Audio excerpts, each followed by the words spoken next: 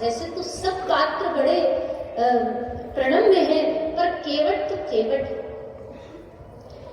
केवट मुस्कुरा रहा, राम जी ने उसको पास बोला, भैया जरा देख इधर तो आ। केवट आया, राम जी ने कहा, भैया एक काम कर दे हमारा, हमको नदी पार करा दे, हम गंगा मैया से पार जाना। केवट ने पहले ही शब्द में 2 टूक सीधा बोला, क्या बोला? क्षमा प्रभु, हम ये सेवा नहीं कर सकते, हम आपको पार नहीं उतार सकते। क्यों नहीं उतार सकते? राम जी ने पूछा, क्यों नहीं उतार सकते? हमने आपका इतिहास सुन रखा है। राम जी को ऐसे बोले जैसे कोई आदमी उधार लेने आए और आप उससे कहें, नहीं हम जानते तुम्हारे बारे में, तुमने उससे पैसा लिए, उनको दिए नहीं, लौटाए नहीं। तो केवट कह रहा है कि प्रभु मैं तुम्हारे मर्म को जान गया। बड़े बड़े योग सिद्धि प्राप्त करने वाले ये कह नहीं पाते, दावा नहीं कर पाते कि हम आपको जान गए। वेद भी नेति नेति कह के हाथ उठा देते। वो एक साधारण नाव चलाने वाला केवट कह रहा राम जी को, प्रभु मैं आपके मर्म को जानता हूँ। राम जी बोले, भैया क्या मर्म जानता है तू? बोले, हम मर्म ये जानते, छुअत सिला गई नार सोई। हमने सुना है आपके बारे में कि आपके चरण के छूने से पत्थर क्या बन गया? स्त्री बन गई, अहिल्या प्रकट हो गई। हमने सुन रखा है महाराज, इसलिए आपके चरणों में पता नहीं क्या जादू, क्या चमत्कार, जिसको छूते हो उसको नारी बना देते हो। अगर पत्थर नारी बन सकता है तो हमारी इस लकड़ी काठ की नाव को नारी बनने में क्या देर लगेगी? महाराज हमारे लिए बड़ा मुश्किल। प्रभु श्री रामचंद्र ने कहा, भैया कोई तो रास्ता होगा। चतुर है केवट, राम जी से हर काम कराया केवट ने, पर राम जी की गरज पे कराया। बोले तुम्हारी अगर गरज है तो करो। अब प्रभु से ही कहता है, हाँ एक रास्ता है।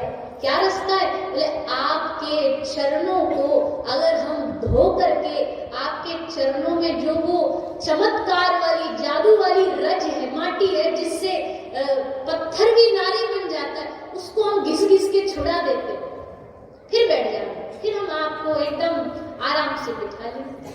ये नहीं कहा कि चरण धोने हैं, कह रहे आपको अगर नाव में बैठना है तो चरण धुलवा दो। राम जी ने कहा लाया एक पात्र में, अपनी भक्ति छुपाई है केवट ने। चरण धोता जा रहा, रोता जा रहा, पर अश्रु दिख ना जाए प्रभु को, पोंछता जा रहा। अब नाव चलने को तैयार हुई, सियई चढ़ाए चढ़े रघुराए। माता जानकी जी को विराजमान किया, राम जी चढ़े, चल भैया अब तो चला ले, अब तो तेरे सब भाव पूरे हो गए। तो नाव चप्पू लेके चलाने लगा। अब मन मन में सोच रहा है, बोले इतनी सी नदी है और हम अभी इनको पार उतार देंगे, पार उतरते ये हमसे प्रणाम करते, आशीर्वाद देके जय हो नमस्कार करके निकल जाएंगे। अब इनके साथ ज्यादा समय कैसे निकालूं? तो अब नाव को घुमा रहा है, पूरी नाव को कभी इधर ले जा रहा है, कभी उधर, कभी इधर, कभी इधर। राम जी देख रहे इसको, घंटा भर हो गया, ये रहा किनारा, पहुंचा ही नहीं रहा। राम जी ने पूछा, भैया हमको यहाँ से वहां काय को चक्कर लगवा रहा? अब देखो क्या बोला केवट, मुस्कुरा के बोला, प्रभु को बोल रहा है, भगवान को कहता हंस के कि बस 4-5 चक्कर में थक गए, हम जीवों से पूछो 84 लाख के चक्करों में हमें नचाते हो, हमारी क्या हालत होती हो? हम यहाँ से वहां 84 के चक्कर में भागते रहते, हमसे पूछो कभी बैठ हमारी दशा। राम जी ने कहा, ये तो हमें बोलने ही नहीं देगा। प्रभु मुस्कुराते बोले, क्योंकि राम जी बड़े धीर गंभीर थे, कभी हंसे भी नहीं, चेहरे पे बस एक हल्की स्मित रहती थी, मुस्कान रहती थी। राम जी ने कहा, नहीं भैया बात ये नहीं है कि तू हमको यहाँ से वहां घुमा रहा है चक्कर, वो तो ठीक है, पर हमको डर लग रहा है, कहीं अभी नाव धक्का लगा हम गिर न जाए। केवट बोला, इतना ही डर लग रहा है तो सर पकड़ के खड़े हो जाओ। अब भी ये नहीं कहा कि हमारे माथे पे मस्तिष्क पर हाथ रखो, तुमको डर लग रहा है तो तुम पकड़ के खड़े हो जाओ। तब राम जी ने अपना हाथ अपना कर कमल उसके मस्तिष्क पर रखा और जैसे माथे पर हाथ रखा, देवताओं ने पुष्प वृष्टि चालू कर दी। धन्य हो गया केवट। पर यहाँ भी केवट की गाथा खत्म नहीं हुई।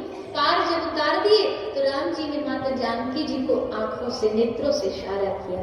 और पत्नी वही है जो पति के नेत्रों से ही समझ जाए कि वो क्या इशारा, क्या भाव कहना चाहते हैं। माँ जानकी तो माता है, समझ गई कि कुछ उतराई में देना है, तो हाथ में स्वर्ण अंगूठी निकाली और कहा कि प्रभु इसको दे दीजिए। और जैसे मुद्रिका अंगूठी राम जी देने को तैयार हुए, फिर से केवट का एक नया तर्क शुरू हो गया। केवट मुस्कुरा के बोला, अरे प्रभु कैसी बात करते हो, धोबी से ना धोबी लेत, नाई से ना नाई लेत, तो भला एक केवट दूसरे केवट से क्या लेगा। राम जी तो कुछ नहीं बोले, पर लक्ष्मण जी की एकदम धनुष बाण निकल गए। वो थोड़ा नहीं जल्दी क्रोधित हो जाते। खबरदार, जानता है तू कौन है?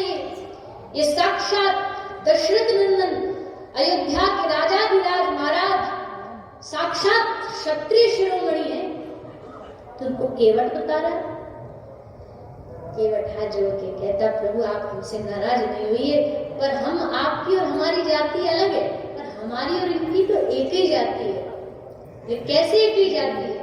तब केवट ने हाथ जोड़ करके भगवान से निवेदन किया और बोला, हे प्रभु, केवट होने के नाते जब आप हमारे द्वार पर आए, गंगा के तट पर आए, तो हमने आपको गंगा से पार उतार दिया।